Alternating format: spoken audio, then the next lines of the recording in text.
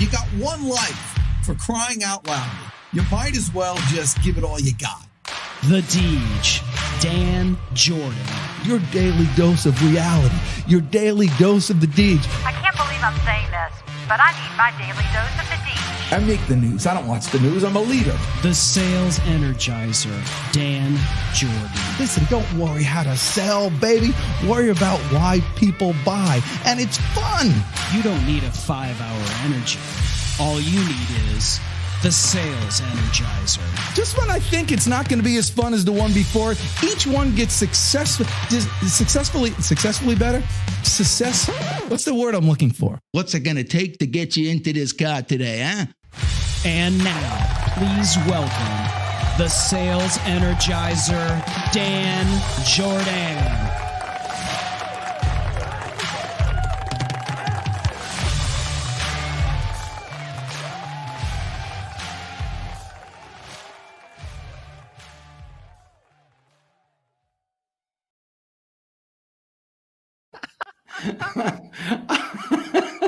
I don't know if it's the hand raising or like this goofy smile that I have to keep on for 3.5 minutes. I want to keep it long because you just feel better and better and better. And you're like, when is this going to start?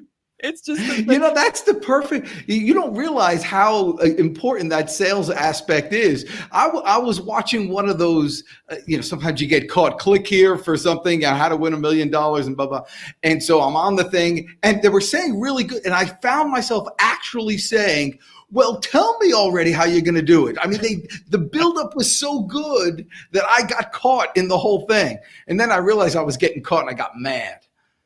I think that video is really just for you because I've done a few of these videos for other people, and what could make you feel better than just a huge reel of yourself that you get to watch before you get out of show? I mean, I used to coach that for people.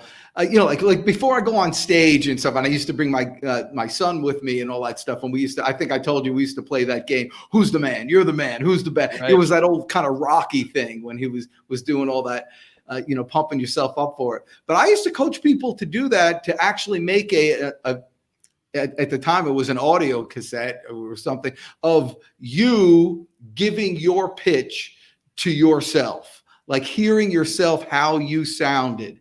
And it was just very effective and kind of pumping yourself up. Why would I do business with you? Well, here's why I would do business with you. And like hearing notes that you take from a conference or something like that, read back to yourself in your own voice has immense value. It's just much more important coming from you because you kind of most people like themselves, no? Well, some more than others. How was your week this week, Dan? It's obviously halfway over, right? Yes. But how has your week been? You had like a big interview.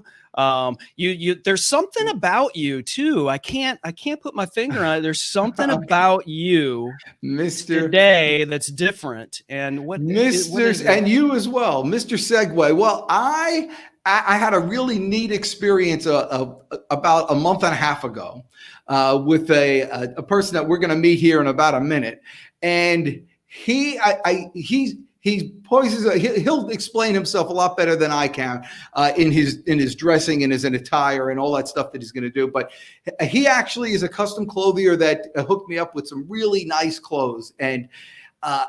He was a nice guy. So I said, okay, let me give him some business and all this. And so he came to the house and he talked to me and he measured me and all that. So finally I said, I tell you what, I'll take a couple shirts. I go, why don't we just order a couple shirts? And he closed me so well that he earned his right to come onto this show. It was so good. It was like delicious. He actually said this to me. He said, Dan, why don't we just wait until you're ready?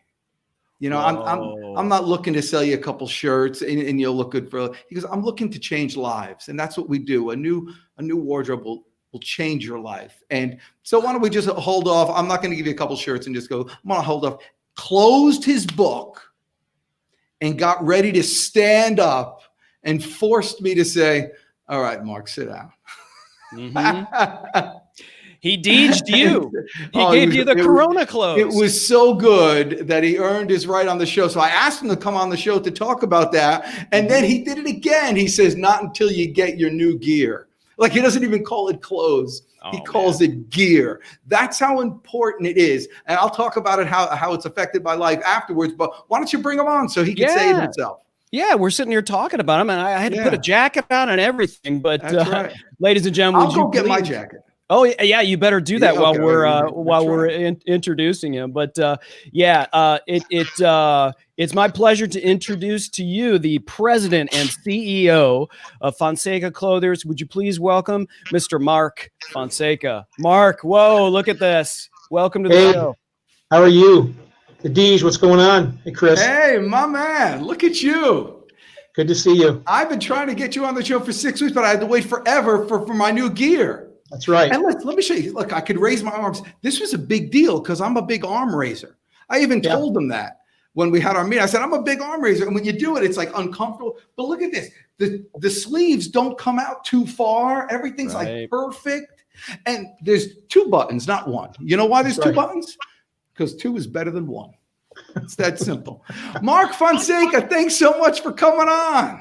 Of course. You changed my life. Why don't you tell Chris Stone, who was notorious for being an awful dresser, how you could change his life? Chris, my tagline is, give me 15 minutes and I will change your life. That's good. That's really good. And really, it's not really about the clothes. It's how it's going to affect your life. Because once you're wearing the right clothes, the right colors, your personal brand. One of the questions I asked the Deej before we got started was that I ask all my clients is, if you walk into a room full of your peers, same social status, same level of income, same career competence, what message do you want to send without saying one word? He said, one of the things I remember, he said, Mark, I want to send this is secret stuff, man. What are you doing here? All right. He said, I want people to look at me and say, I don't know who that guy is, but I want to do business with him. I said, okay, we can do that. So you can send whatever message you want to send using the right patterns and colors for you. Yeah, and the thing is, I don't know if I'm most guys, but I think I'm close to it. I have no idea. I have no idea what looks good. I mean, a nightmare is when you come out of the closet and you start going, and then your wife looks at you and says, go back in. I mean, that not only that doesn't match, it's offensive. Right. And so most guys don't know. But are there, like, sometimes you see people on TV and they always look so good. How do they know what to wear? Well, they probably have somebody like me in their life. When you get to a certain level in your career, you realize how important dressing is. And I was fortunate to be the wardrobe consultant for CNN and Turner Broadcasting for 5 years and dressed all of their on-air talent. And you got to remember, the whole point of dressing is to lead the viewer's eye towards your face. So you lead the viewer's eye towards your face, and then they wait for the message that you're sending. So in sales, it's so important. And first impressions are very important, because most sales guys are what I call dead man walking. Is they're sitting outside in the lobby, and because of they don't have a great first impression, they're dead in the water already, and they don't even know it. Yeah, it's like an easy way to get an advantage in any situation. Are there any? Do you have a certain group of people that you tend to work with more? Anybody that's highly visible, that needs to make a great impression based on their appearance, are perfect clients for me. How'd you get into this bit? I mean, it's like it's not like, it's like 2 things. You're growing up, you don't want it's not like you're embarrassed, but it's like, let's say your child came to, what I really want to do? I want to dress men. That's one. And the other one is, I'd like to be an opera singer. It's not something that you kind of think that your son, a manly guy like you, is going to turn into. How did you do that? Well, ever since I was 15 years old, I told my mother, I said, one day I'm going to have my own clothing business. So literally, when I'm driving around and you say, Mark, you're such a great salesman, but I'm living my dream. I've always wanted to do this since I was 15. And I'm going to date myself a little bit, ever since I saw the movie American Gigolo with Richard Gere. So he's getting ready to go on a date, and he starts opening his drawers, and he's pulling out all these clothes, and he slides his closet open. He's got all his suits perfectly lined up, and he's getting ready. He's throwing all his clothes on the bed. He throws his shirts on the bed. He throws his ties on the bed, puts his pants down. He's got his music in the background. And I said to myself, one day I'm going to have a closet like that. And also, my grandfather had a huge influence on me. He was an entrepreneur in Detroit. He owned a record store. He did the first Mexican radio station in Detroit. He was always well dressed. Every time I would watch him get dressed in the morning, it was like a ritual. He would get his hat out. He would get his clothes brush out. He would get his shoe shine box, shine his shoes. And when he walked out of the house, he looked like a beast. And he looked like he just walked off his private jet. Dang. You see that? Wow. I didn't know. So did you grow up in Detroit? I grew up in Detroit. Yeah. So same here. Same here. Yeah. Yeah. Born and reared at St. Joseph's Hospital on 2nd Avenue in Greektown. And then I lived right behind Briggs Stadium at Michigan and Trumbull, where I grew up. Then eventually moved out to the suburbs, and then eventually ended up in Dearborn Heights. And then I moved to Atlanta in 1985. Wow, excellent. Wow. So yeah, we have some parallels there. I grew up in the Detroit area and was in the music business. Your dad was it sounds like was in the music business as well. So that's interesting. I've got a question for you. Sure. Because I know you work with people like Dan, and who is not afraid to say, I need help in this area. And I think a lot of people, not just how they present themselves with clothes, but in other areas, like myself, I may need help in, public speaking, or I may need help in a CRM system or specialty. There is coaching involved in what you do. It's not just, I'm just going to select a bunch of clothes for you. You're actually working with people to develop their personal brand, like you said. And I think a lot of people ever since March, they were used to putting on clothes and walking into office buildings and conference rooms. And now this whole thing that we're doing right now is, job interviews. And even before March, your first set of job interviews are virtual.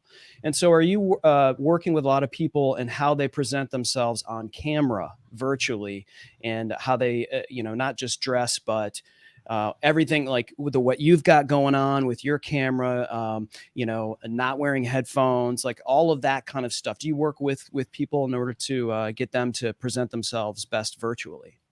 Yeah, I do. And my rule is very simple.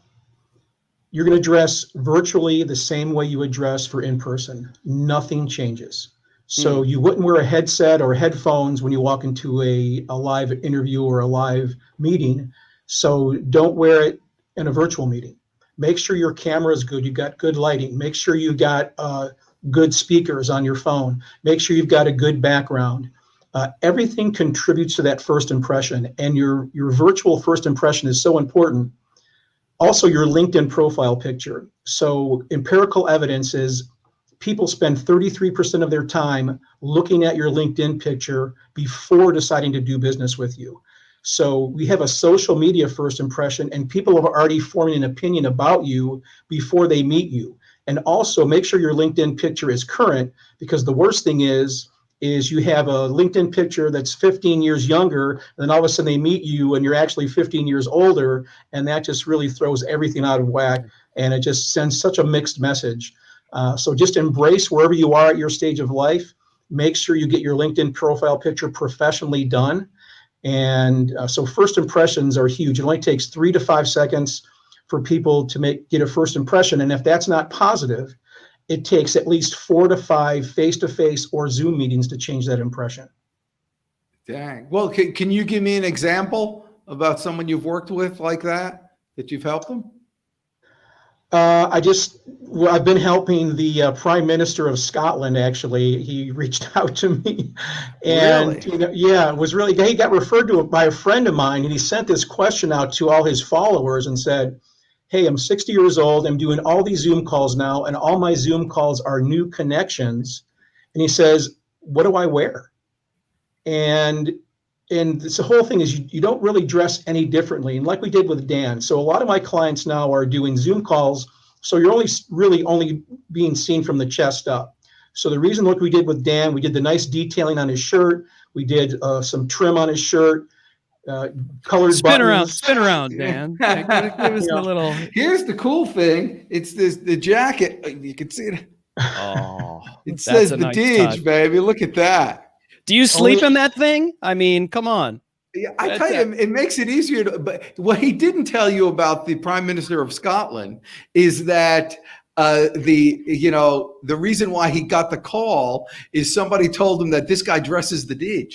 And so he says, oh my gosh, let me give him a buzz. And so that was the big thing.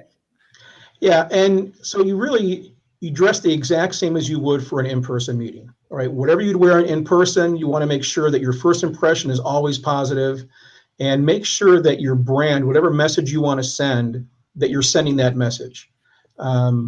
Because like I said, a lot of guys are, your first impression, if it's not positive, you're really behind the 8 ball, especially when you're selling. Because if you're behind the 8 ball, then your message needs to be really, really good. So who else, give me an example of maybe a speaker or a salesman, or like maybe a new person that just got started that just said, hey, let me pony up the cash and do it. And what were the effects on that person's life? I mean, you say you're going to change their lives. What's an example of that? That would be the Deej. Right? I recently met you, right? You had to be prodded, I guess, or influenced a little bit to go ahead and take the step. But once you took that step, and I'll never forget, you came in the office, we tried your clothes on, and the look on your face was priceless. And really for me, as long as I've been doing this over almost 30 years in this business, I get excited about delivering clothes as I did when I delivered my first client. To that deliverable for me, to see you when we hit the mark and you go home and saw your wife, Sharon, and I'm not going to tell you what she did, but I saw when I drove by your house, I saw some smoke coming out of the chimney. So, well, I'll tell you, just on a personal note, aside from that, and I'm not blushing because that's true. I'm just blushing because whatever. So, so here's a personal thing. My big thing in life, I put on this kind of boisterous Deej, but it's always comical type of thing. My biggest fear is that people are going to actually think that I'm conceited.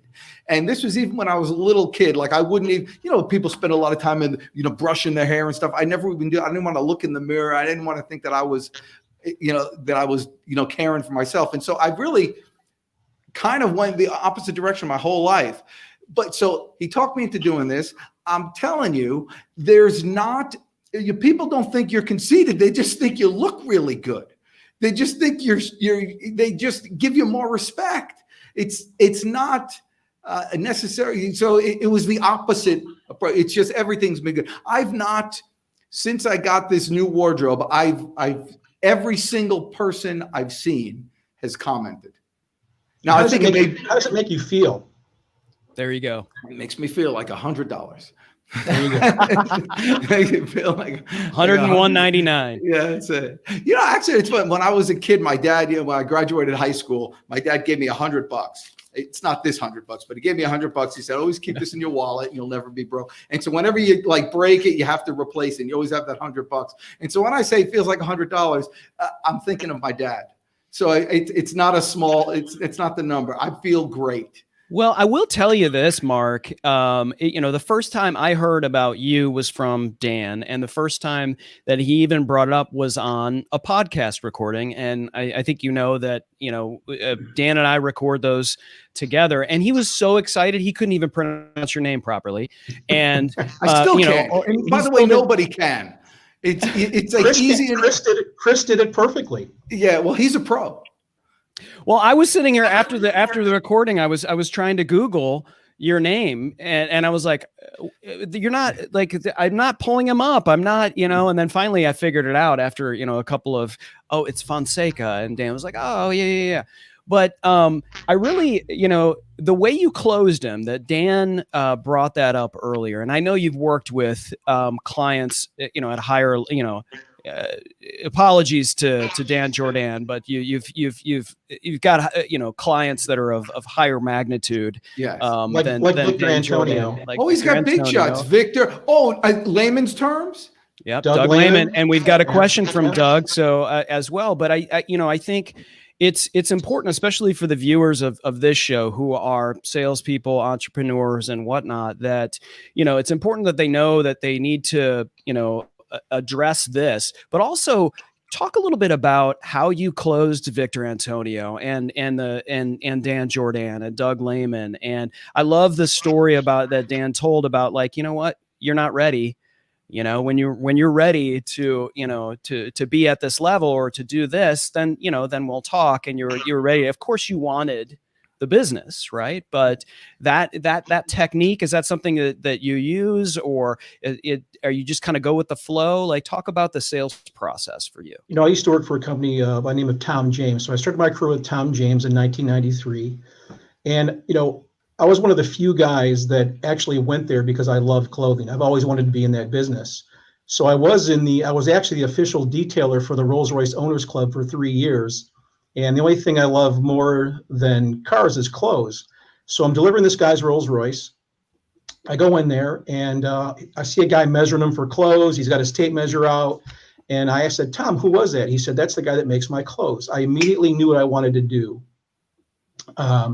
So when I got into the clothing business, it was just, I just really, fell in love with it. So I'm not sure if that answers your question, but.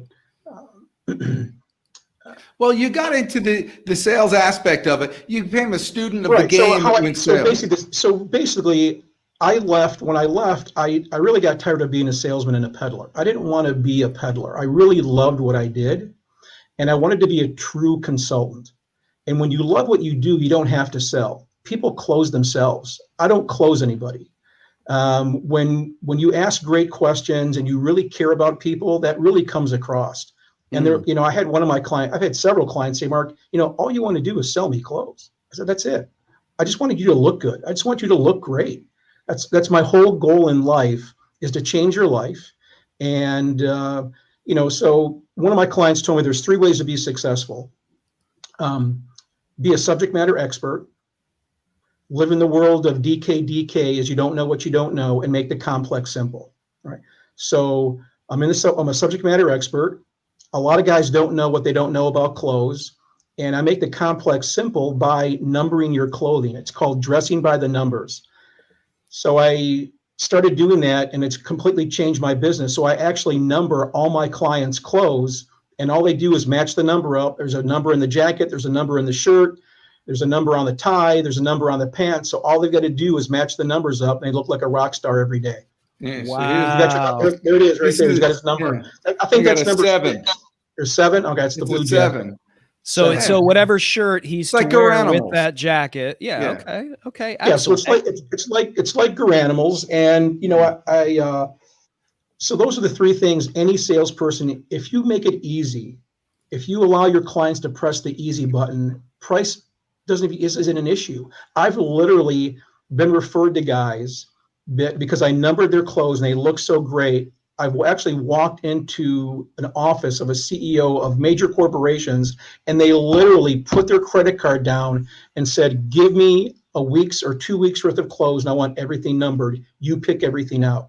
That's how much trust you build when you love what you do and people know you don't have any agenda. And so instead of back in the day where my relationships were a mile wide and an inch deep, now they're a mile deep and an inch wide. And my clients call me when they need something. So I rarely, my business right now is 100% referrals. And I just love what I do. And I'm not selling, I'm advising, I'm consulting. And the better questions you ask, people get that. They're like, wow, you really care. And I don't sell. I really don't. I consult and I advise. I have a 3-step process.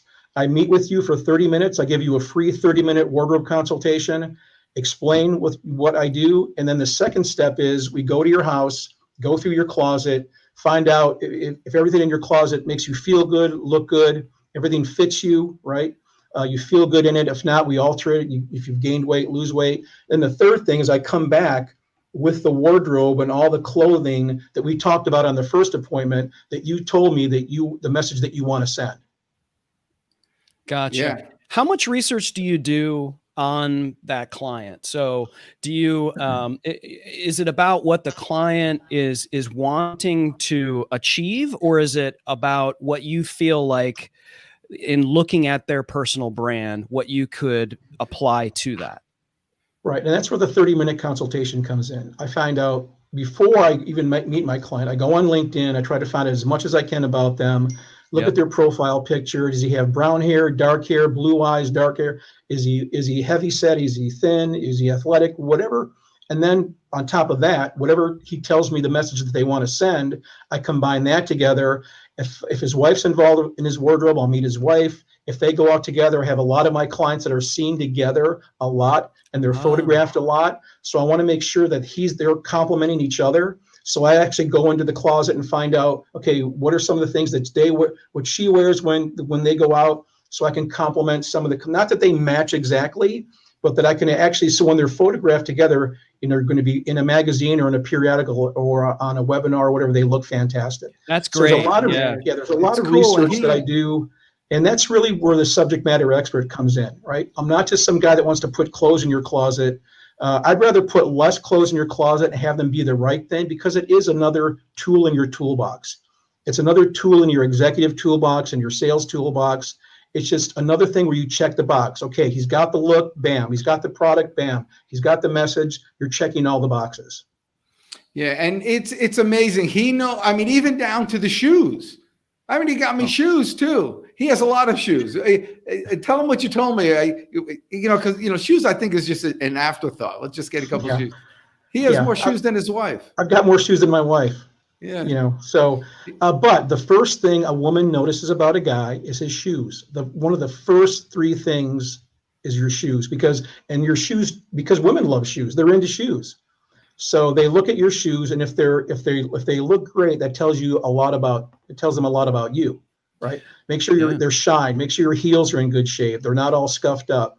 So again, clothing and dressing is all about the details. Pocket squares, cufflinks, making sure you're wearing the right belt, your glasses. He's got his pocket square in, the trim on your shirt. So especially now with Zoom calls and our business casual environment, we're not wearing a tie. So how do we still look good? So all those little things like the trim on your shirt, the pocket square, all those little things send the message and the difference between being dressed and well dressed. And I like how you work with your client's partner and like, let's make sure when they're pictured together that they look like they belong together. And maybe it's not intentional on your part from a sales perspective, but you got Sharon in on the deal. And when you have Sharon in on the deal, it's a done deal, right? And it was just a matter of Dan just like, where do I sign the check? Where that once you get the wife in on that, it's a done deal. And it may have been something, but it's very smart. I came home yesterday. I was just on the phone talking to somebody, and she looks at me. She like this. She looks at me and she goes, "Man, you're hot." I mean, this is my wife saying this to me. Yeah, I know. After how many years of marriage? 25? Yeah, I can't even get that from my girlfriend. All right, I'm just kidding.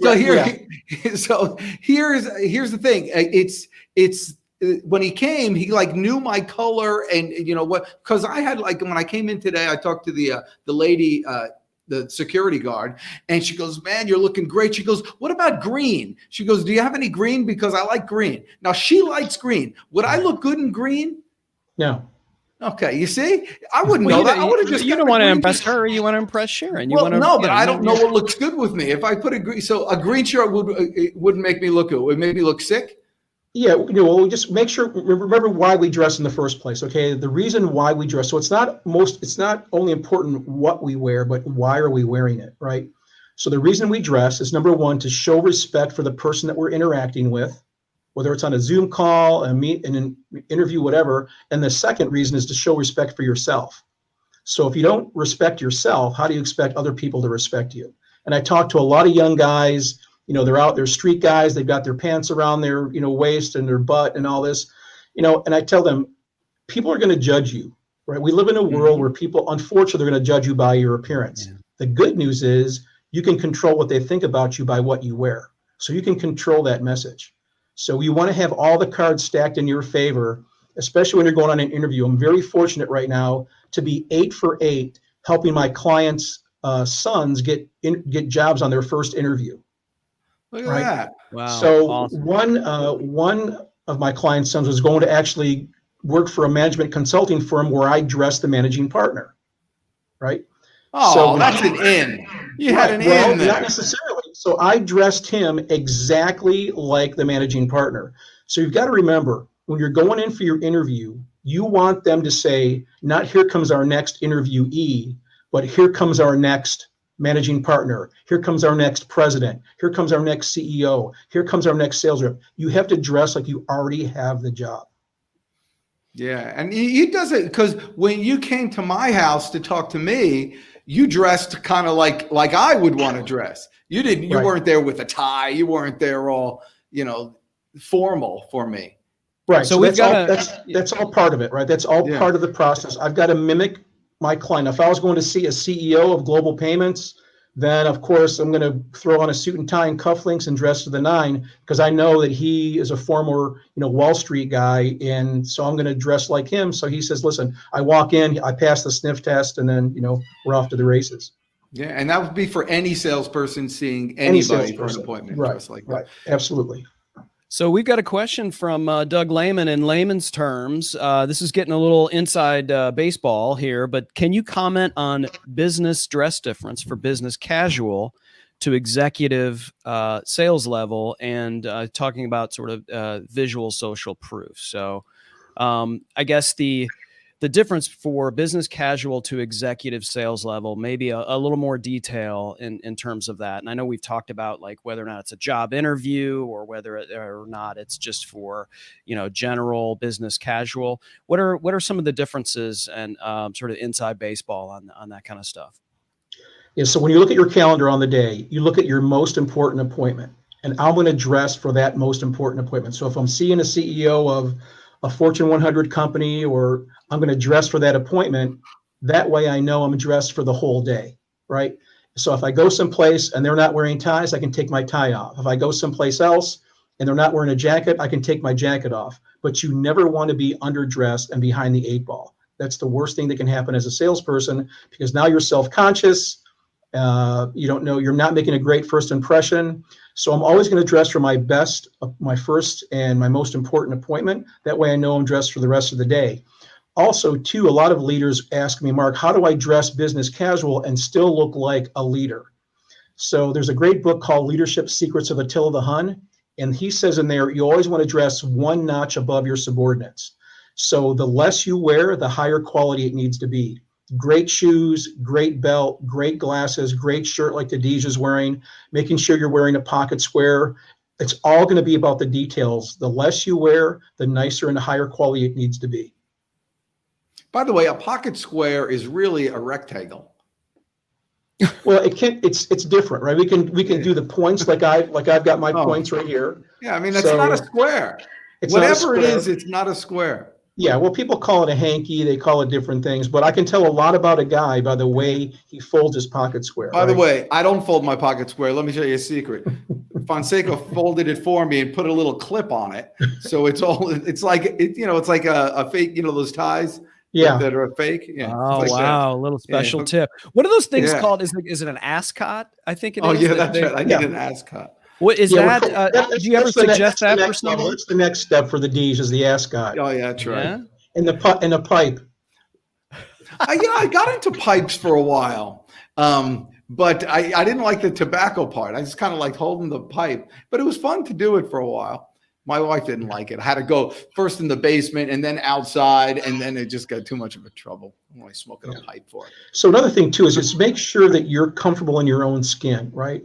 A lot of guys might not know what they like, but just as important, they know what they don't like. And if you're not comfortable wearing it, don't wear it. That's, another thing. And don't, a lot of times people go by what they see on television, a lot of the athletes and things like that. that's why everybody's different. I mean, Dan's obviously got lighter hair and different, skin. Chris, you've got brown hair. I've got dark hair. So we're all going to look we're different colors for different people, right? Whether you're 5'8" or 6'8", you're going to dress differently. And so the two most important things in dressing is color. Color's number one, and proportion, meaning your height and weight, is number two. And the most important thing is leading the viewer's eye towards your face. So as soon as they look at you, you're so well put together, your eye automatically goes to your face, and they're waiting to see what's the message I'm sending. So that's what I was really fortunate to be the wardrobe consultant for Turner Broadcasting. And a lot of the media companies, a lot of their on-air talent, when they're doing the news or doing the sports, they want people focused on the message, not what they're wearing. Right? They don't want to be distracted by a loud tie or dangly earrings or anything. It's got to be so well put together that they look at it, it checks the box, bam. First second they look, okay, this guy's got credibility. I can't wait to hear what he has to say. That's an absolute great point. And I say this all the time because I'm in the podcasting and live streaming business. And so you never hear someone say, when they hear and they listen to a podcast and you ask them what their favorite podcast is, they'll say, well, my favorite podcast is The Sales Energizer because it just sounds so good. No, right. It's because of the content that's being put out. And so my job as a producer is to keep the distractions, keep everything away to focus on what Dan is saying. And that's kind of what you're talking about, is like when you want to look nice and professional and make that first impression. But if you're wearing something that's just distracting, right? And they're focused on how amazingly shiny your shoes are or whatever. Right. Yeah. What they're not looking at your face and they're not hearing what you have to say, and you're not able to translate that energy to what you want to be able to do, whether it's get a job, make an impression, make a sale, whatever it is. It's a great point. Yeah. So it's all it has about to match. It does. It's all about branding. Your business card, how you look, your background in your office. Everything works together, right? One of the best compliments I can get is when my client leaves the room, they'll say, you know what? I don't know what it was about the Deej today. He just looked fantastic. It wasn't his pocket square. It wasn't his shirt. It wasn't his jacket. It wasn't his shoes. It was the total package. He just looked fantastic, because that's what you want. I don't want to say, wow, he had great shoes or he had this huge watch, right? Everything needs to work together. And that's the best compliment I can get as an image consultant or a professional clothier, is that the Deej look fantastic today. There you go. I just like hearing that. So how can people get a hold of you? They can certainly go to my website, which is Dress the Man, dresstheman.com. They can call me, 404-983-412, and I've had that same cell number for over 25 years. So those are the best ways. The best way is always referral, right? Most people hear about me through referrals like you did. And it was kind of uncanny how we met on the podcast. And I just happened to be on a podcast that you were on, and I get on there and you see me and you're like, you know what? I've been referred to you twice in the last 30 days or whatever it was. And now I see you. So, and you happen to live in my neighborhood. And I live in your neighborhood. Yeah. Which is kind 3 minutes from you. That's right. Which is kind of a so crazy the best thing. Is obviously the best, like any sales guy, you want to have referrals. And you can only give that by delivering a great experience like I gave to you, Dan. Yes, and now we're friends. And listen, I want all you salespeople out there to remember this. It's a lot easier to make a friend out of a customer than it is to make a customer out of a friend. So don't think just because you meet somebody and you're going to get them to really like you that you're going to want to do business. That's the wrong way to do it. And if you're in the sales profession for any amount of time, you realize you have to have little advantages over your competition. If you're not calling on people, if you're not staying in touch with people, if you're not sending your thank you notes, somebody else is. And there's easy advantages that you could take for yourself. One of them is just dressing the part. If you're waking up late, brush your hair, for crying out loud. Get in a good shape. You could do these easy things that other people are willing to do. And if you do, everything is easier for you in this profession. It's the best business in the world. It's the best business and the easiest way for you to earn $300,000 this year. But it's a little easier for you to earn 30 just by not doing the things that are easy to do. You go get them today. You're the best. I'm the Deej. Knock them out.